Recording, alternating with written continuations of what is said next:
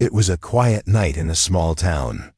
The sky was clear, the stars were bright, and most people were asleep. But one boy, named Jake, sat alone in his backyard, looking at the sky. Jake was 16 years old. He loved science fiction and space stories. Every night he watched the stars and dreamed about other worlds. Tonight felt different. The air was colder than usual. The wind had stopped. The night was too quiet. Suddenly, a bright flash appeared in the sky. It wasn't like a shooting star. It was fast and silent, like something falling or landing. Jake stood up quickly. He stared at the sky. The flash disappeared behind the trees, near the old field behind his house. His heart started beating faster. What was that? He whispered. Without thinking, Jake grabbed his flashlight and ran toward the field. He moved through the tall grass, trying not to make noise. He reached the edge of the field and froze. Something was glowing in the dark. It looked like a small silver pod, half buried in the ground. Smoke was coming from it, and lights were blinking on its side. Then the pod opened. A soft hiss sound filled the air. A figure stepped out. It was not human. The being was short, maybe 4 feet tall, with smooth gray-blue skin. Its eyes were large and glowing faintly. It wore a strange black suit that looked like liquid metal. Jake stepped back almost tripping. The alien looked up, saw him, and raised both hands. "Don't be afraid," the alien said in a soft voice. "Please, I won't hurt you." Jake couldn't believe it. The alien had spoken English in a clear, young voice. Who are you?" Jake asked, his voice shaking. The alien took a deep breath and said, "I'm practically an adult. Human. I'm here on a test." Jake blinked. "You're what?" "I am. Almost grown up. My people sent me here, just for one night. To see how I do," the alien said shyly. Jake looked around. No one else was there. No cameras, no tricks. This was real. "What kind of test?" Jake asked. "I cannot say much," the alien replied. "Only that I must stay with someone. I chose you." Jake didn't know what to do. He was scared, but also curious. This was a once-in-a-lifetime moment.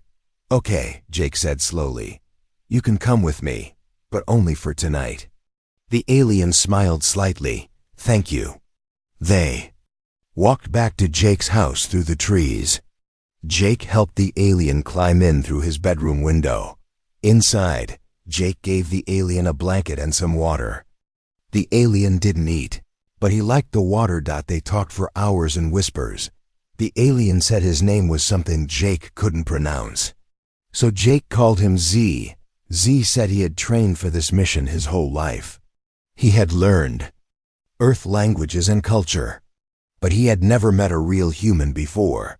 Jake asked, "Why me?" Z said, "Because you were looking at the stars. Like you were waiting." That made Jake smile. They laughed a little. Z touched Jake's laptop and was amazed. He loved the music and the images. Everything was new to him, but Z never said what the true test was. Later that night, as Jake started to fall asleep, Z stood near the window and looked up at the stars. "You're leaving tomorrow?" Jake asked sleepily. "Yes," Z said, "at sunrise. My time will be up." Jake wanted to ask more questions, but his eyes closed. He fell asleep. When he woke up, the room was empty. Z was gone. Jake ran outside. The field was quiet. The pod was gone. No signs were left.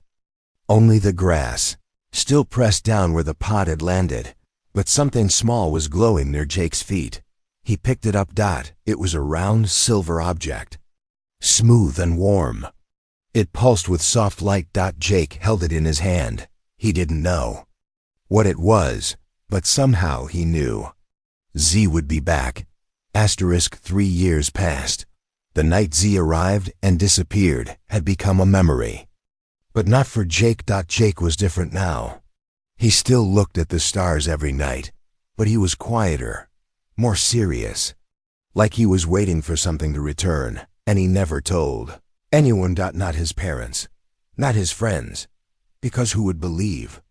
Him, an alien teenager landing in your backyard, asking to stay for just one night, and then vanishing before sunrise? It sounded crazy, even to Jake, but one thing proved it was real. The device. He kept it hidden in a box under his bed. Smooth, silver, and round. No buttons, no wires. Just a soft blue glow that pulsed gently when he touched it. He had tried everything. Pressing, shaking, scanning it with his phone. Nothing worked. Until tonight. It was a stormy evening. Thunder rolled across the sky, and the power in Jake's room flickered. He sat by the window, holding the strange object in his hands. For the first time in years, the device became warm, too warm. Jake's eyes widened. The blue light inside it started spinning. A quiet voice echoed in his head. Trial bond confirmed. Awakening phase begins. Jake dropped it in shock. The light from the device grew brighter, and strange symbols appeared across its surface, glowing like fireflies. Jake couldn't read them, but they felt familiar. He reached out, hand shaking. The symbols changed. Now, they showed images, a star map, galaxies, planets, a red circle around Earth, another blinking dot moving fast, heading straight toward it. Is someone coming? Suddenly, the room went dark. The storm knocked out the power. Then the window shook. Jake ran to it. High in the clouds, hidden by lightning, he saw something. A shape, a massive shadow. It wasn't an airplane. It was quiet, smooth, floating like a whale in the sky. Then it was gone. Jake turned back to the device. It now showed a single line of English text. Prepare for return. You are part of the bond now. That night, Jake couldn't sleep. He stared at the device, thinking about Z. Why had he left the device behind? Was this part of the test? Or was Jake now part of something bigger? The next morning, strange things began happening. Birds flew in the wrong directions. His phone's GPS went crazy. And on the news, people reported seeing flashes in the sky all across the world. Jake felt it in his bones. They were coming back.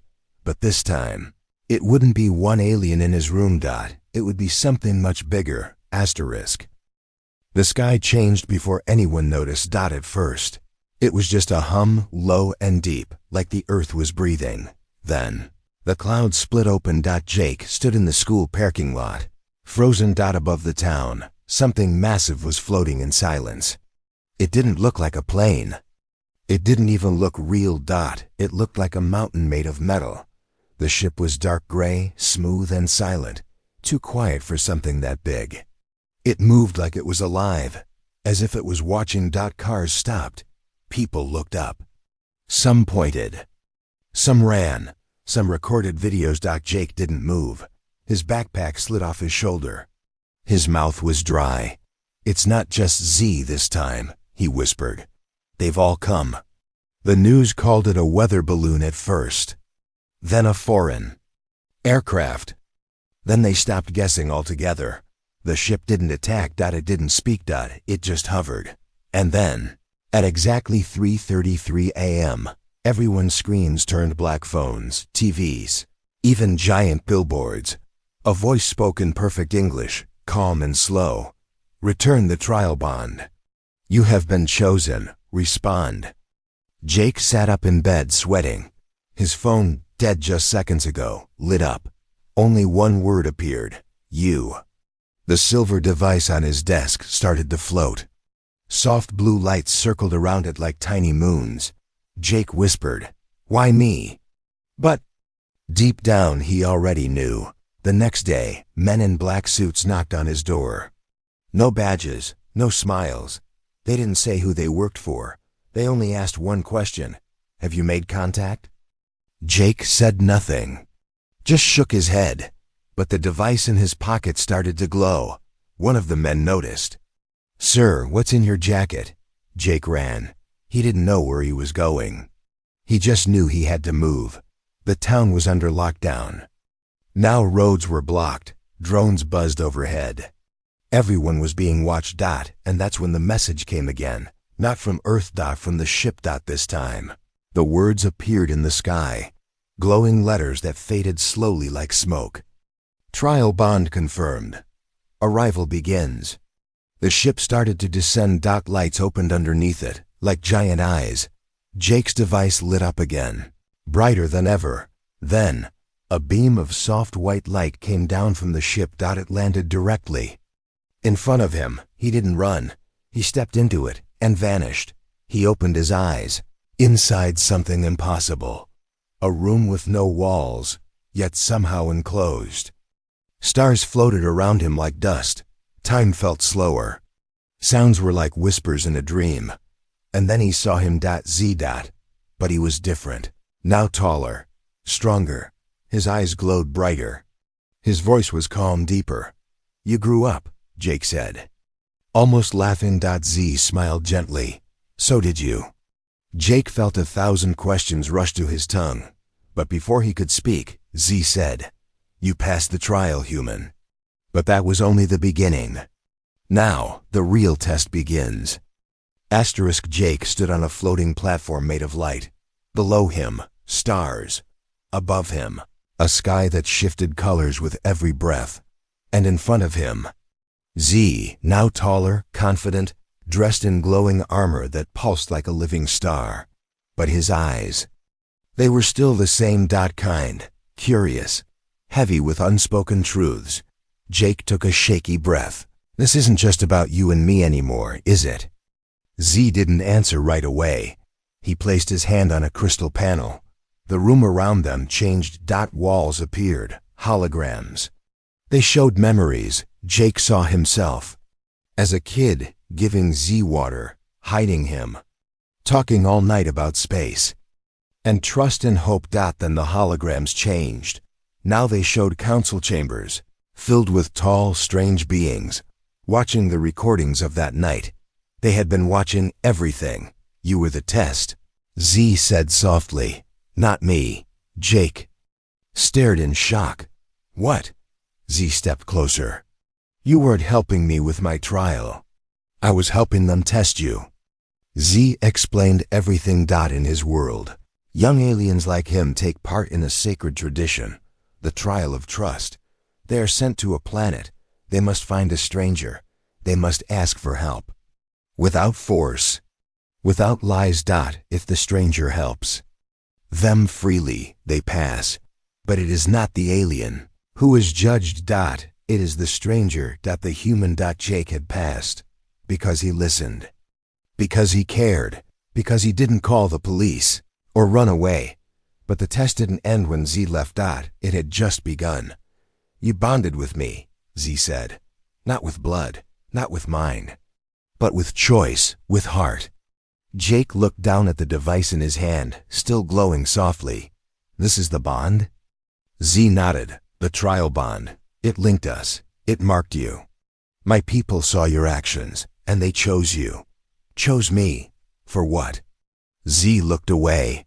And that's when the next hologram appeared. War. Planets burning. Ships falling.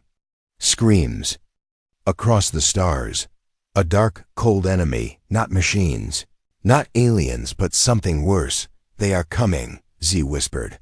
"We stopped them once. Barely. But now they've returned, stronger." Jake swallowed hard. "What do you want from me?" Z turned, face serious. "We need you to come with us. To help speak for Earth. To show the Council that humans are ready." Jake stepped back. "I'm just a kid." Z smiled faintly. "So was I, but we don't have time to grow slowly anymore." The stars outside the ship shimmered. The room grew quiet. Z placed his hand over his heart and said, "You were kind to a stranger from the stars. Now those stars are asking for your voice." Jake looked at the stars, then at his own reflection. In the glowing floor, he didn't feel ready. But sometimes, being ready wasn't the point. Sometimes, you just say yes, because it's the right thing to do. And Jake nodded. "Okay," he said. "Let's go." Jake didn't feel the ship move. There was no sound, no shaking. No engines. Only a flash of light. And suddenly, the stars were different. They weren't twinkling in the black sky above Earth anymore. They were closer, clearer, alive with color, moving like rivers in space. Jake stood at a crystal window, staring out in silence. Around him, other ships floated like glowing insects, near a giant structure. Not a station, not a city. Something more. It looked like a blooming flower made of silver. A living palace in the heart of space. Z stepped beside him. We call it the Nexus, Z said softly. The center of the Alliance, the voice of many worlds. Jake's mouth was dry. I thought aliens would have space guns. Not space gardens, Z smiled. Not everything powerful looks like a weapon. As they entered the council chamber, Jake felt thousands of eyes watching him. Some were small. Some glowed. Some blinked sideways.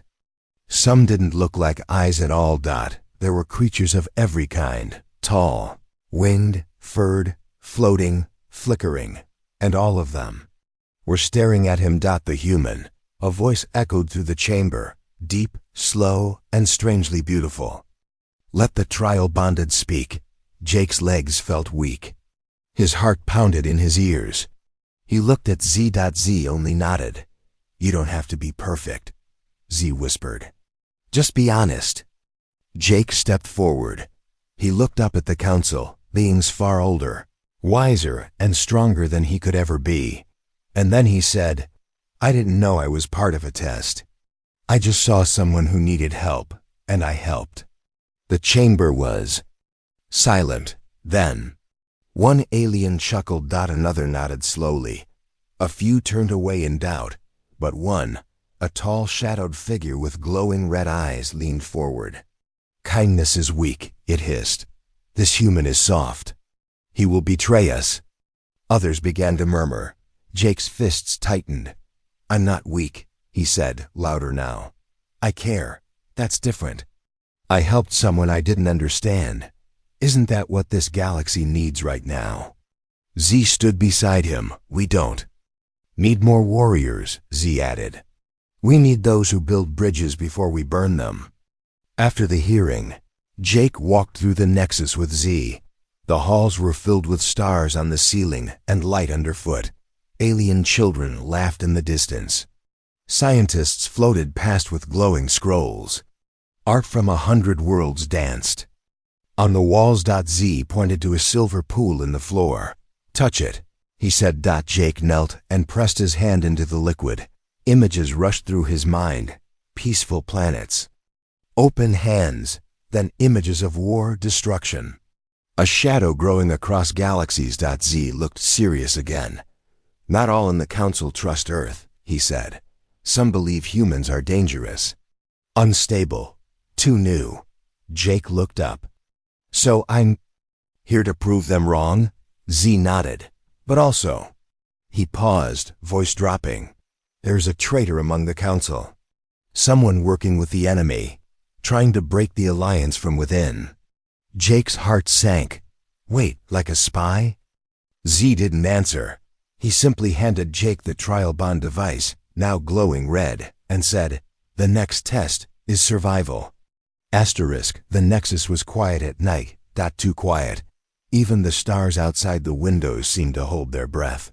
Jake walked down a long silver hallway, the trial bond device in his hand, glowing red now, not blue. Z's words kept echoing in his mind. There is a traitor among us. But who?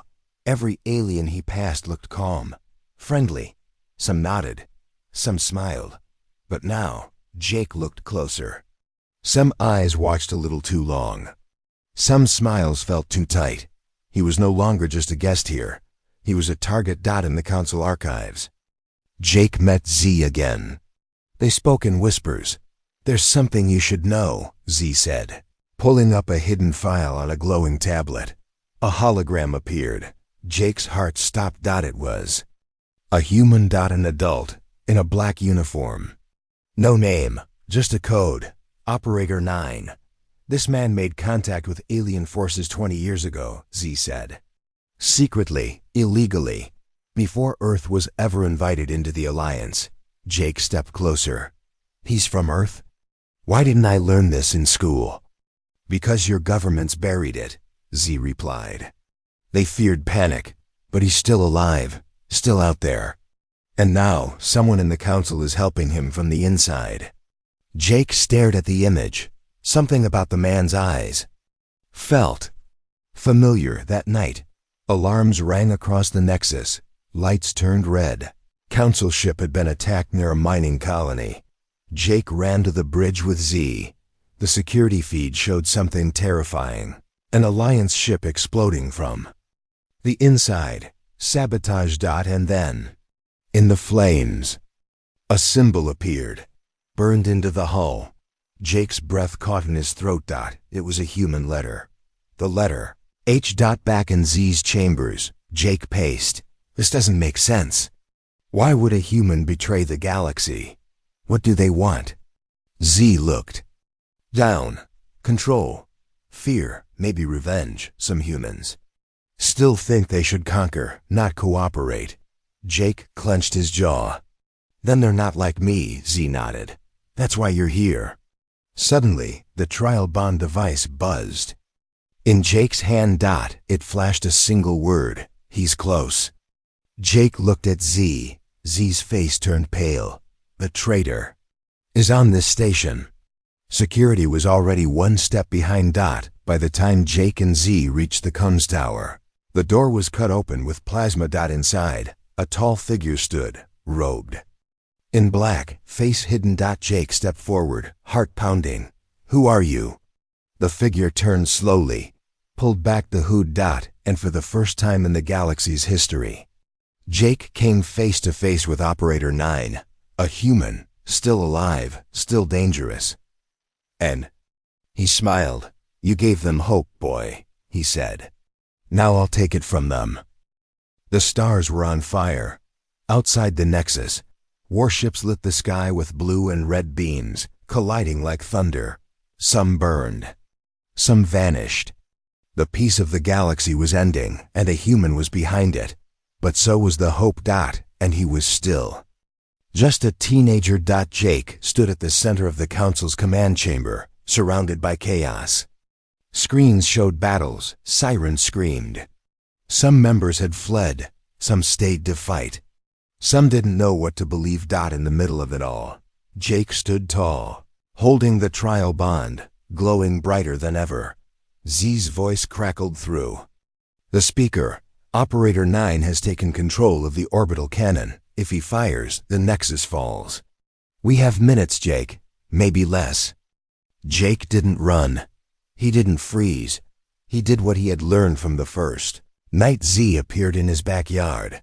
He decided. With help from a few trusted allies, Jake raced through the winding paths of the station, jumping across gravity lifts, sliding through shield gates, dodging broken debris. He reached the top deck where the cannon core pulsed red. Operator 9 was there, waiting, calm, cold, smiling. So he said, "This is the boy they sent to save the galaxy." Jake didn't answer. He didn't need to.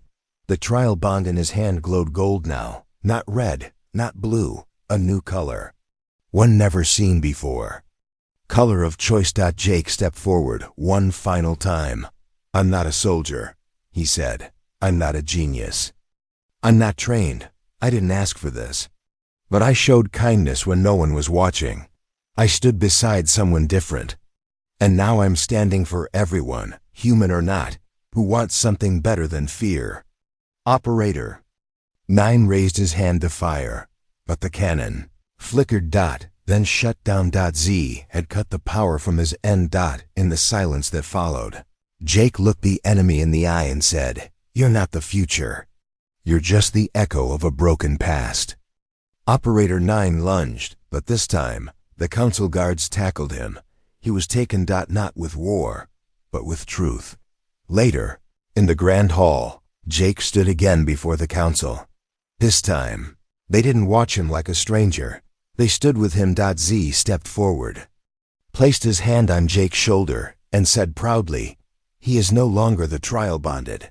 He is the starborn witness." A new title. One that had never been given before.